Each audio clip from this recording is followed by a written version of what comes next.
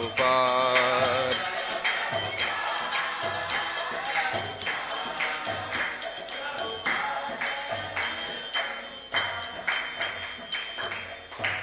Jai Om Vishnupad Paramahamsa Parivrajacharya Ashtatara Satashi Shrimati Divine Grace of Bhai Charanarinda Bhaktivedanta Swami Srila Prabhupada Ki Jai. Ananta Koti Vaishnavrinda Ki Jai. Shri Shri Radha Gopinath Bhagavan Ki Jai. Grantaraj Srimad Bhagavatam Ki Jai. Nitai Gaur Premanande Hari Hari Bol.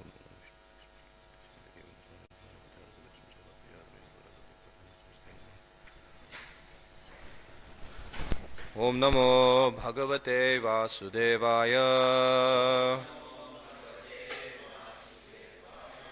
Om Namo Bhagavate Vasudevaya.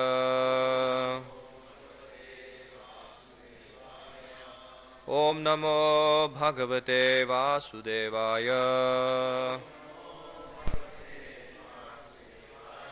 Narayanam Namaskritya Naram Cheva Narottamam Devim Saraswatim Vyasam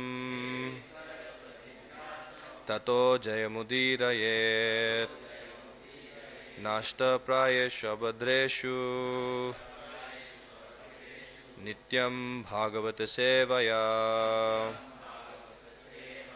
Bhagavati Uttama Shloke Bhaktir Bhavati Naishtaki. We're reading from Srimad Bhagavatam, Canto number 4, chapter 7. Maharaj Prithu becomes angry at the earth. Text number 6 and text 7.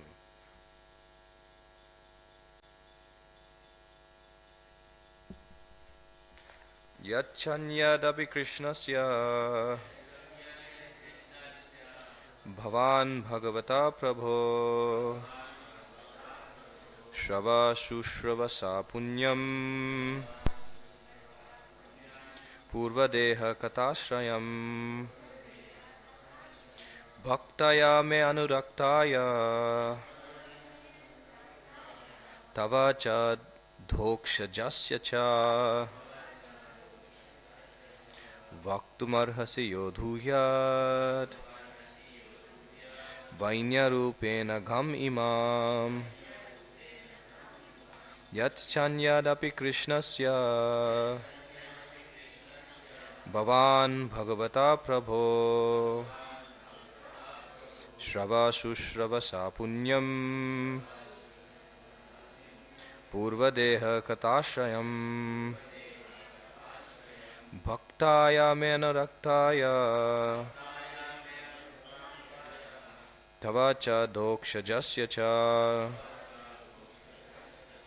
Bhaktam Arhasit Yodhuhyad Vainyarupena Gham Imam Yachchanyadapi Krishnasya Bhavan Bhagavata Prabho Shravashu Shravasa Punyam Purvadeha Katashrayam Bhaktaya Menuraktaya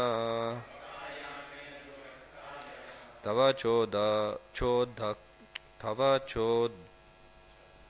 Chodokshajasya Cha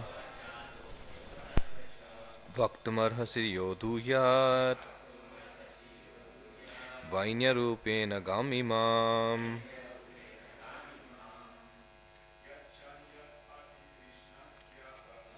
Yachanyadapi Krishnasya Bhavan Bhakta Prabho Tavashushrava Punyam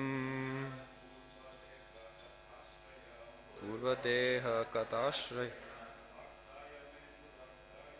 Bhaktaya Nuraktaya Dhamasya Cha.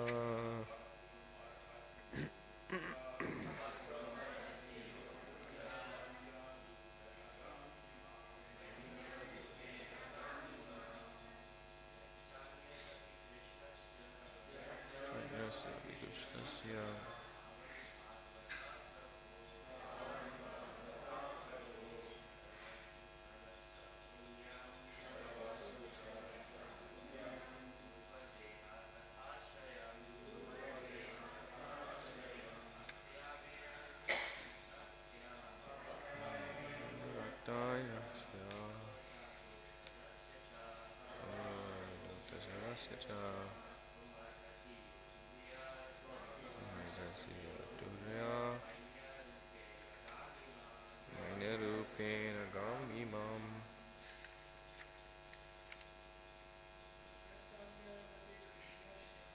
Yachanyarapi Krishnasya Bhagavata Prabhu Punyasa Punyam Purvadeha Katashrayam Bhaktaya Menuраktaya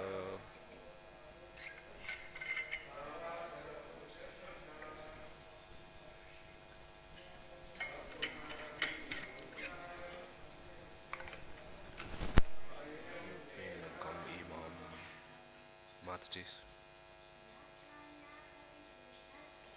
Yatanya Davi Krishnasya Bhavan Bhagavata Prabhu Shrava Shushrava Punyam Purvadeha Katashayam Bhaktaya Menuраktaya Tavacha Dokshajasya Cha Vaindyumarhasi Yodhuyar Vainarupena Gam Imam Yachanyadapi Krishnasya Bhavan Bhagavata Prabhu Sudvashravavasa Punyam Puradeha Kashashrayam Bhaktaya Menaruktaya Bhavajagdosha Cha Bhaktumarhasi Yodhuyad Vainarupena Gam Imam. Word for word translation. Yat, which, cha, and, anyat, other, api, certainly, Krishnasya, of Krishna, Bhavan, your good self, Bhagavataha, the Supreme Personality of Godhead, Prabho, powerful, Shravaha, glorious activities, Sushavasaha, who is very pleasing to hear about,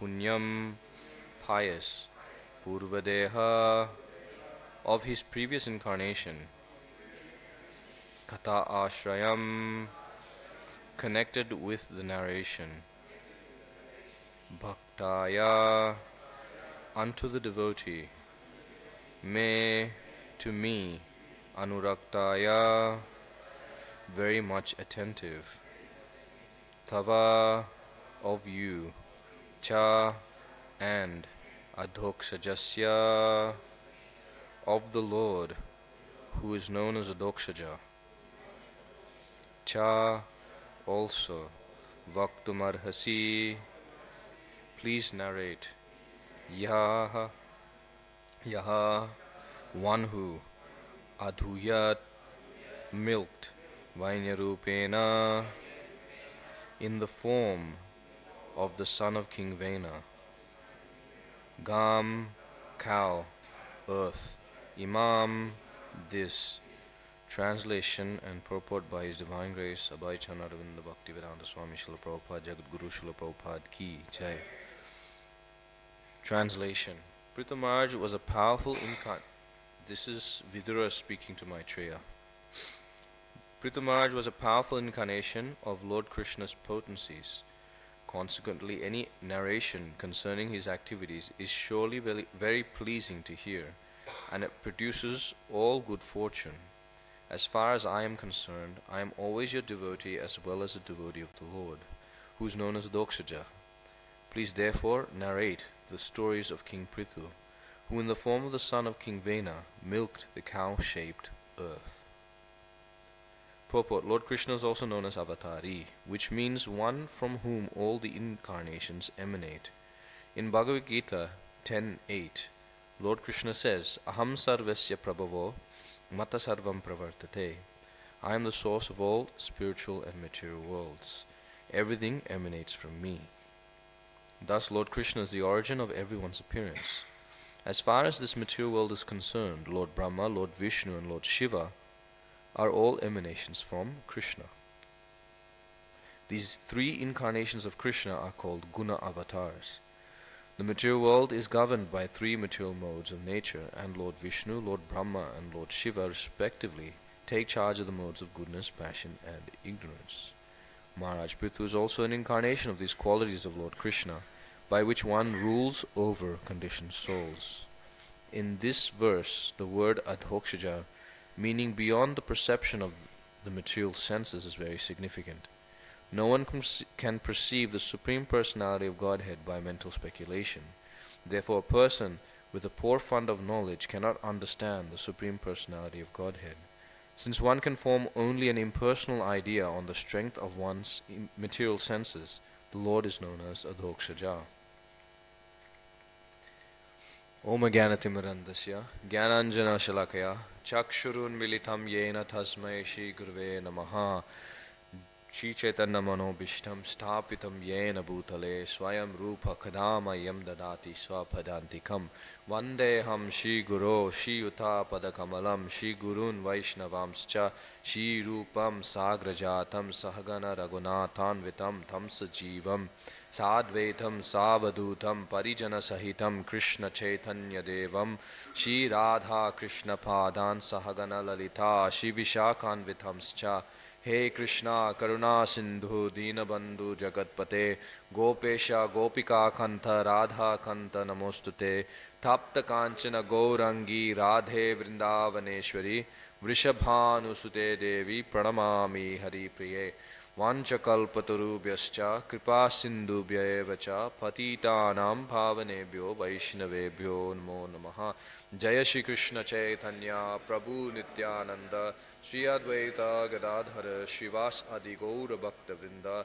Hare Krishna Krishna Krishna Hare Hare Hare Rama Rama Rama Hare Hare Hare Krishna Krishna Krishna Hare Hare Hare Rama Rama Rama Hare Hare Hare Krishna Krishna Krishna Hare Hare Hare Rama Rama Rama Hare Hare Mukham karoti vachalam bhangam langayate girim yat kripa tamaham vande Shri Gurun Tirunharanam Paramanandam Madhavam Shri Ishwaram.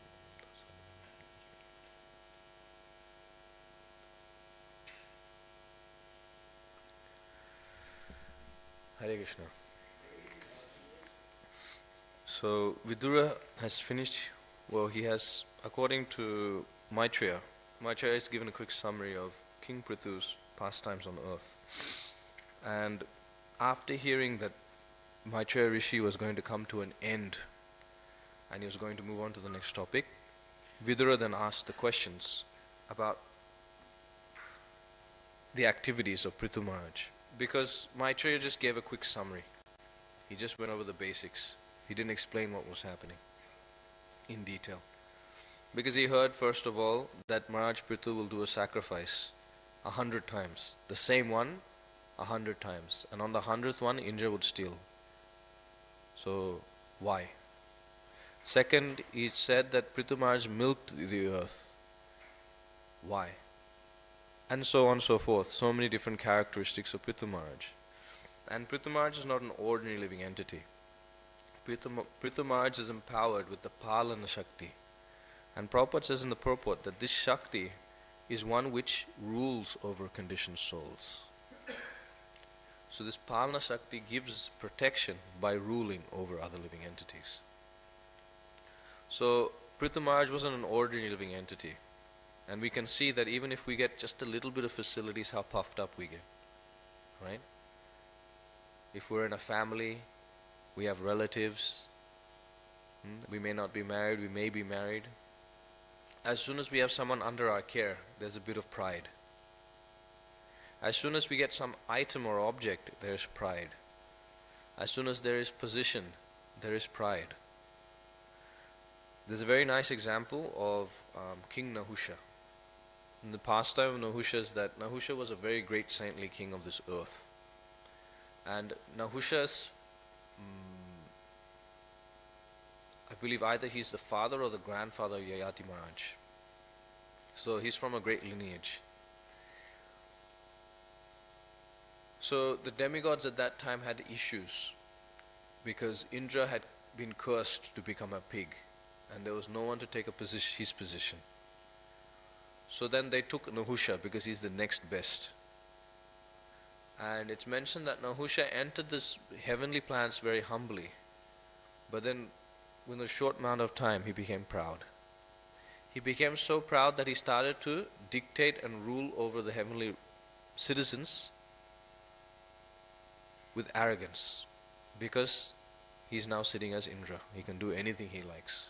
To the extent that he tried to coerce the wife of the previous Indra, Sachi Devi, into a relationship with him. And the story goes in such a way that Sachi Devi gets fed up with all of his advances, that she actually goes to the Sapta Rishis. And the Sapta Rishis tell her that, okay, don't worry, we'll figure this out. And so they went to the king, to Nahusha. And Nahusha was told by Sachi Devi that I will not be in relationship with you unless you are carried to my home on a palanquin by the 7 rishis, the Sapta Rishis. And so Nahusha got so proud that he decided to even tell the rishis what to do. And they live above him, by the way. They live close to Brahmalok. So in that pride he tells them, and they comply, because they knew at that point in time destruction is at hand. Poor intelligence.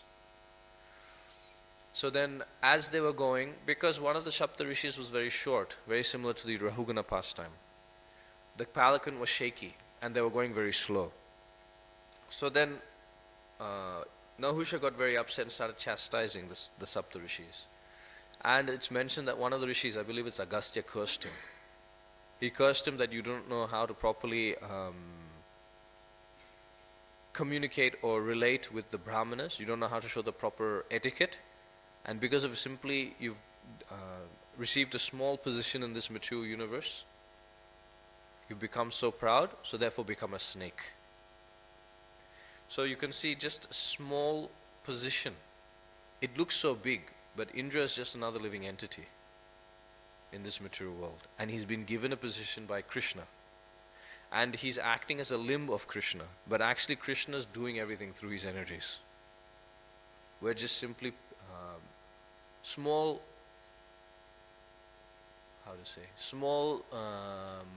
receptacles, or we just simply receive the energy from the Lord and we carry out his dictations. That's it. Actually everything is done by the Supreme Personality of Godhead. But he's given us free will and he's given us the opportunity to serve him. So you can see here how wonderful Prithu Maharaj is, that he's been given the potency by which one controls and rules over other living entities. He is considered to be the example of Archana, worship of the Supreme Personality of Godhead. He is considered to be the example of the original king. If people want to know what it means to rule over living entities, what it means to be a Kshatriya, what it means to be a Maharaja, it means to look at Prithu Maharaj.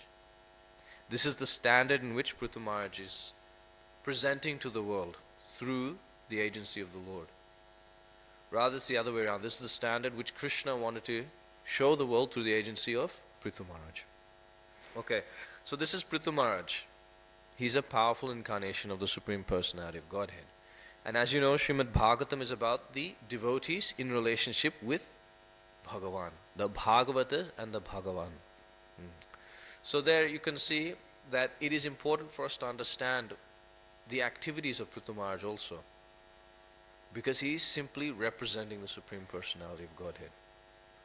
So consequently, any narration concerning his activities is surely very, very pleasing to hear. Shrava Sushrava Sa Punyam. It produces all good fortune, punya. And this punya is not the punya and pap that we see in the material world. This is devotional credit. This is eternal peace and happiness. Prabhupada's explaining, how many of you read Perfect Questions, Perfect Answers? How many of you read this small book? Put your hand up. How many of you read this book? This is the first book I read when I came to Krishna consciousness. And I loved this book so much because it was in the form of questions and answers. And there I learned a lot of things that I found very difficult to understand reading Prabhupada's books or hearing from Prabhupada's lectures. So it's a wonderful, wonderful book. There Prabhupada's explaining to Brahmatirtha Prabhu in that conversation that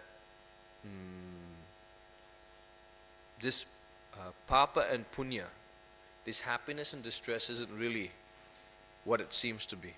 Both are distress. This material happiness is distress. Why? Can anyone explain why? Why is it that this happiness is also distress? Why is it? Yeah.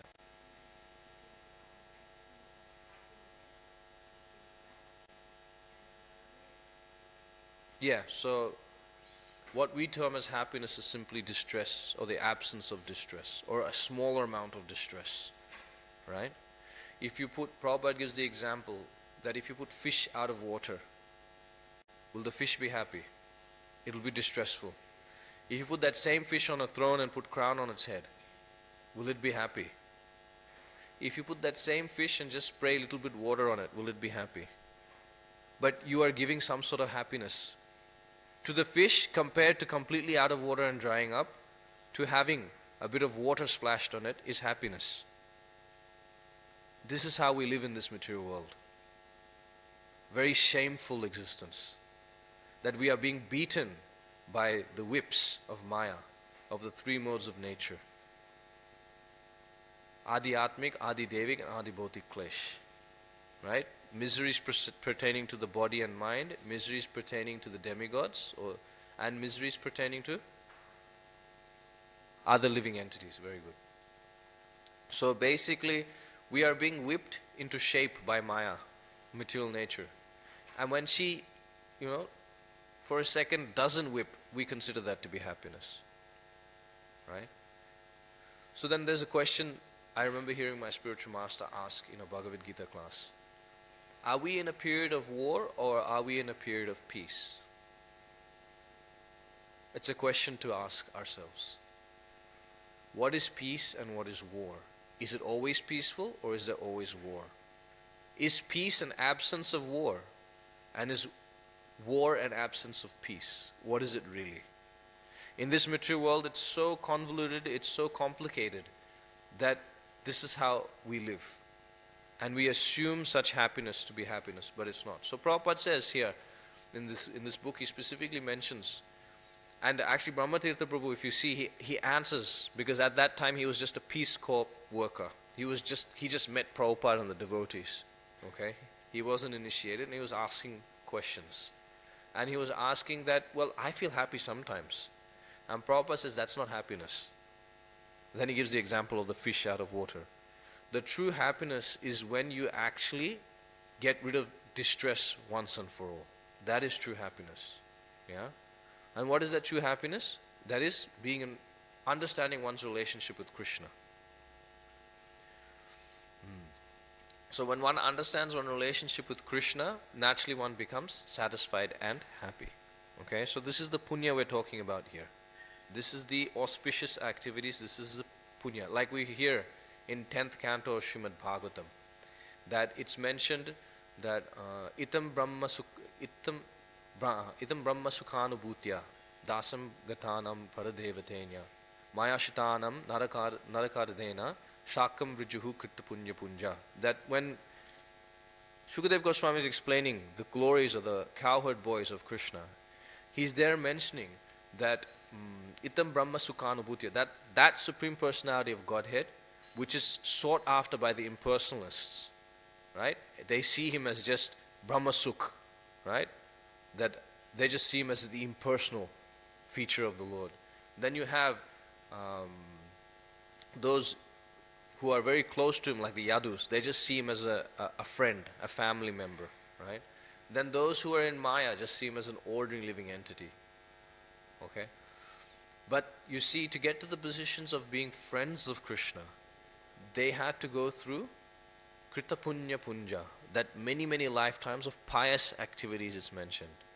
So from your understanding of Krishna consciousness, is Krishna within the modes of nature? We see here Vishnu is managing the mode of goodness. So is Vishnu or Krishna in the modes of material nature, yes or no? Yes? Krishna is in the modes of nature, yes or no? Are you confident? Are you sure? You don't sound like it.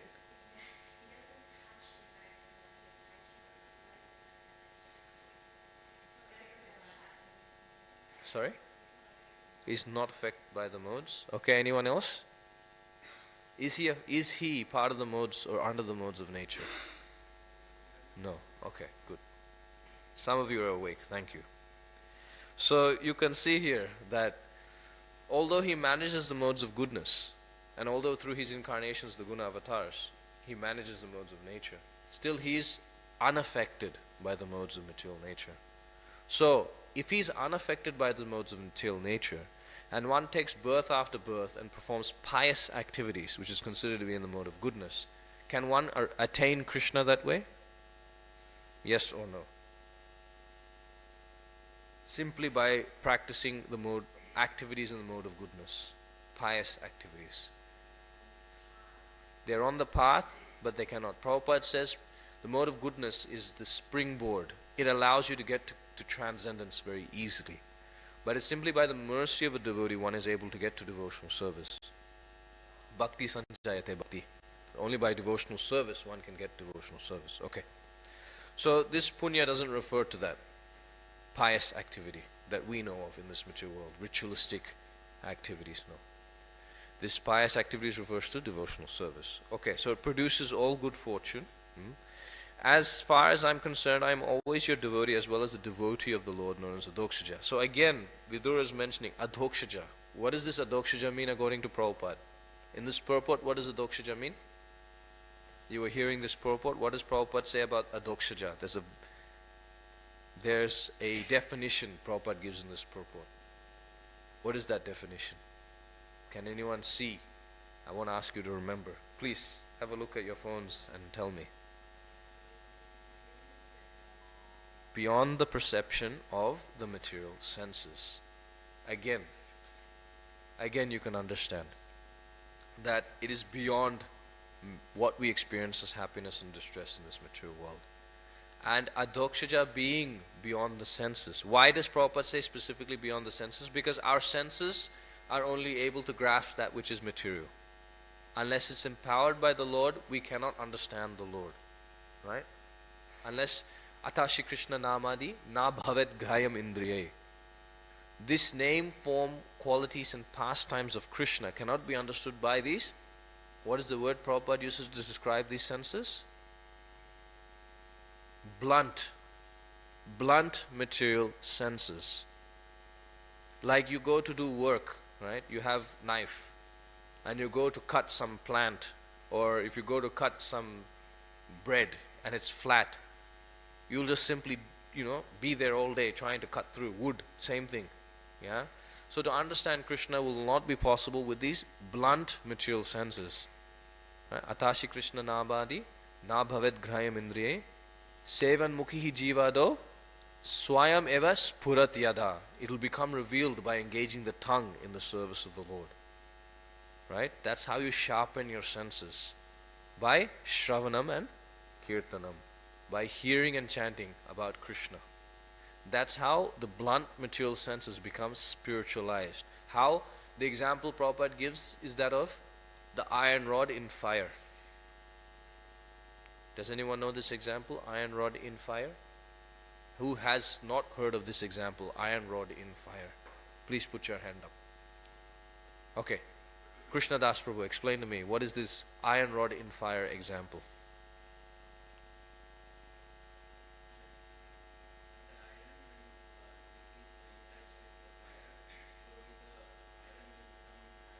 As good as fire, yeah.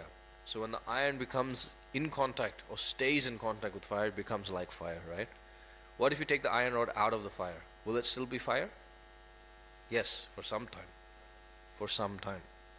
So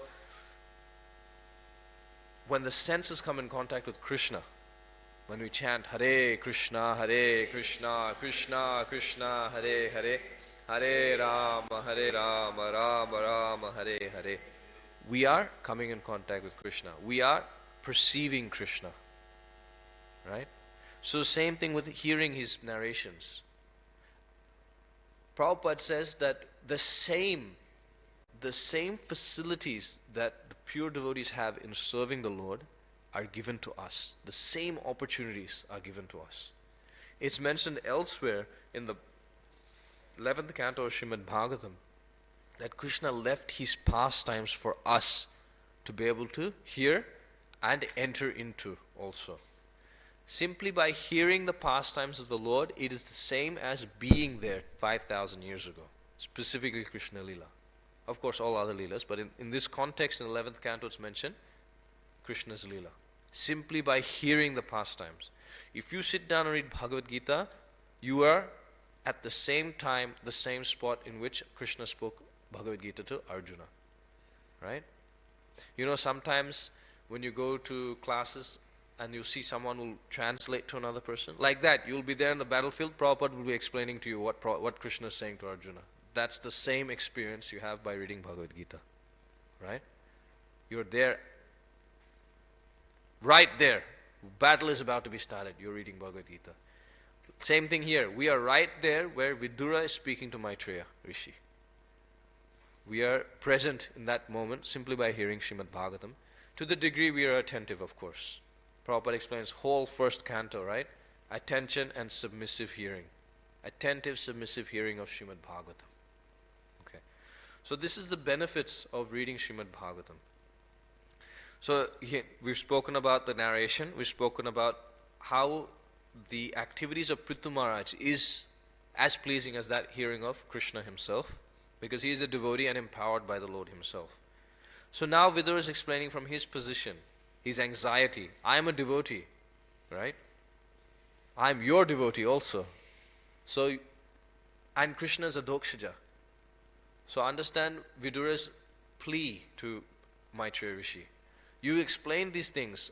I may not be qualified to hear, but please explain to me and show your compassion. I am eager to hear. I am your devotee. I am a devotee of the Lord. Right? So I've satisfied that criteria. I'm submissive, I'm attentive, and I'm a friend. Right? I'm favorable. And more importantly, to understand a Dokshaja is not possible alone. I need your mercy. Please therefore narrate all the stories of King Prithu, who in the form of the son of King Vena milked the cow-shaped earth. So there you can understand. Right? Immediately, he's giving an example of how is it possible to understand that the cow took the shape of the earth took the shape of the cow and he milked the cow. How is that even? How can you register that within your material senses? First of all, the earth becoming a cow, that's already, beyond the senses. And then he milked that cow. That sounds so, illogical, right? But what do we know with our limited material senses? Therefore, Adhokshaja. Krishna can do anything. He can empower his devotees to do anything. Krishna is known as Avatari. And I think this will probably be the last point. One from whom all incarnations emanate. So you can read in first canto of Srimad Bhagavatam and many places in Bhagavatam, Prabhupada explains that some places it's mentioned that actually the source of all incarnations is Vishnu. And this comes from the description of how Kshiradakashayi Vishnu is the portal or the entrance in which all incarnations of the Lord choose to pass through. So Krishna's Avatari, he is the source of all incarnations. From him comes Balaram. From Balaram comes Sankarsana, right? Or Mahavishnu. And you have the Chaturvyuha. From that Chaturvyuha comes Mahavishnu. From that Vishnu, there comes the Chaturvyuha again. And then from that Chaturvyuha, then a Mahavishnu, which is Karnadakashayi Vishnu. From that Karnadakashayi Vishnu comes Garbhadakashayi Vishnu. He is known as the super soul of the universe, Hiranyagarbha. And then from him comes Kshirdakashayi Vishnu. It is this Kshirdakashayi Vishnu which all the incarnations choose to enter the material world through him. And so naturally people will think that all the incarnations expand from Vishnu. But that is not the case, right? Prabhupada explains in another place, actually in the same book, Perfect Questions, Perfect Answers, he explains, have you come across in Bhagavad Gita this word, or in any of the Shastra, flowery words of the Vedas? Have you come across that? Prabhupada explains in Perfect Question, Perfect Answers, he explains there that this flowery words of the Vedas is those living entities.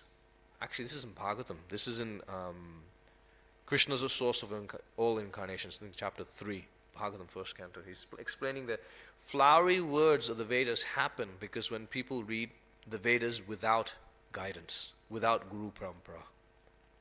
That's what happens, because people get attracted to the wonderful, superficial, not superficial, but the material benefits of performing yajna.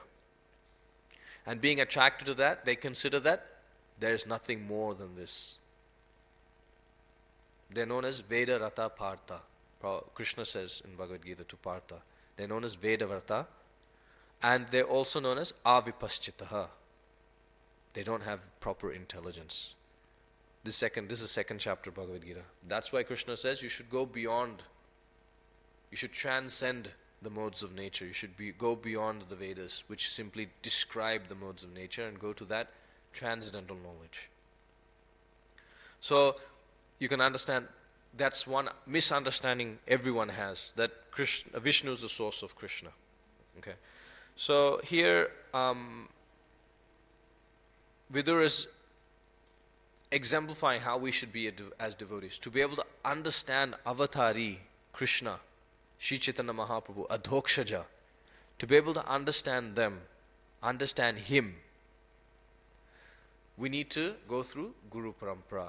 Otherwise, our understanding of Krishna will be very shallow. In the beginning section of Nectar and Devotion, Prabhupada explains that, there's the example the Mayavadis give, that all the rivers, they merge into the ocean. And that's the example given, that all living entities simply merge into Brahman at the end. But Rupa Goswami, Prabhupada says actually that is a very limited understanding of that metaphor. Because in the rivers there are living entities that exist, like fish, aquatic fish and other aquatics rather. And when they enter into the ocean is full of all living entities also. So how can you say when they merge into the ocean they become one? It is not the case. So Prabhupada says that actually the living entities, they're like these living, the devotees are like the aquatics. They exist within the ocean, right? The ocean of love of Godhead. In the same example, same section, Prabhupada says, Rupa Goswami prays that all these aquatics, all these devotees, that they were submerged in that ocean may be able to relish the nectar of devotion. And in that nectar of devotion, the living entities are deep, deep, deep within that ocean. They're relishing Krishna consciousness in a very deep way. It is not shallow or superficial. They're able to understand Krishna simply by his mercy. So, rather than understanding Krishna superficially, we should understand Krishna as he is. And how do we understand Krishna as he is? Through Guru Parampara. It is through the spiritual master that we understand Krishna as he is. And Vidura is exemplifying this. And you'll see this throughout all of Srimad Bhagavatam. The question and answers. It is because of the questions and because of the answers that we are benefiting from hearing Srimad Bhagavatam. Right? Otherwise we would not know anything about Prithu Maharaj except these simple things which we would have brushed aside as fanciful. Nice, poetic descriptions of a guy that existed many years ago. He would have done something small and they just exaggerated. Right? But actually Prithu Maharaj is not like that, because he is a powerful incarnation of Krishna. So in the purport, Prabhupada talks about avatari. He talks about the modes of nature. He talks about the guna avatars. And how you can see how Krishna maintains this world, or he governs this world through the modes of nature and the Aguna avatars, which are in control of the modes of nature, and that's Vishnu, Brahma, and Shiva. So in the same way, Krishna controls the living entities through his Palana Shakti, which is, again, we mentioned this before, which is Prithumarj, who's empowered by this Palana Shakti. And then Prabhupada talks about Adokshaja. So you can see here, nice lead up to Shivaratri tomorrow, that a great lead up to Shivaratri tomorrow, that Prabhupada says here that these three incarnations come from Krishna, right? For all those persons worshipping Lord Shiva, it will feel like bitter medicine to hear this, especially for Shivaratri. But Prabhupada says it again and again, Bhagavatam says it again and again. From this Karbadakashai Vishnu comes Shirdakashai Vishnu, who maintains the mode of goodness. From this Karbadakashai Vishnu comes Brahma, who maintains the mode of passion, or controls the mode of passion. And then from this Brahma comes Shiva, who maintains the mode of ignorance. Right? But even Lord Shiva's position is not like that of the Supreme Lord, nor is it like that of the living entity. He's in a separate category of himself. And it is this Lord Shiva, although he may appear in the material world through the anger of Lord Brahma, still, just like Vishnu enters the material world through, or Krishna enters the material world through Kshirdakashai Vishnu, in the same way Lord Shiva chose to enter this world through the anger of Lord Brahma. Because he lives beyond the material world in his own planet, Kailash, right? So I'll leave it there. I'll stop here. So we talked a bit about these things, Avatari. We talked about how Prithumarj's narrations of Prithumarj are not different from the narrations of Krishna himself. They produce the same nectar, the same good fortune, and they're both pleasing. They are pleasing to hear. In fact, Krishna himself would prefer to hear the pastimes of Prithumarj than his own pastimes. That's how glorious the pastimes of the devotees are. And then we have Adokshaja. We cannot understand Krishna without the mercy of the Guru Parampara, as Vidura is highlighting here by asking Maitreya Rishi. So now 8:45, I can take any questions, otherwise we'll end class. Okay, thank you very much. Grantaraj Srimad Bhagavatam ki jai, Shri Radha Gopinath Bhagavan ki jai, Jai Guru Guru Srila Prabhupada ki jai, Nithai Gaur Premanande, Hari Hari.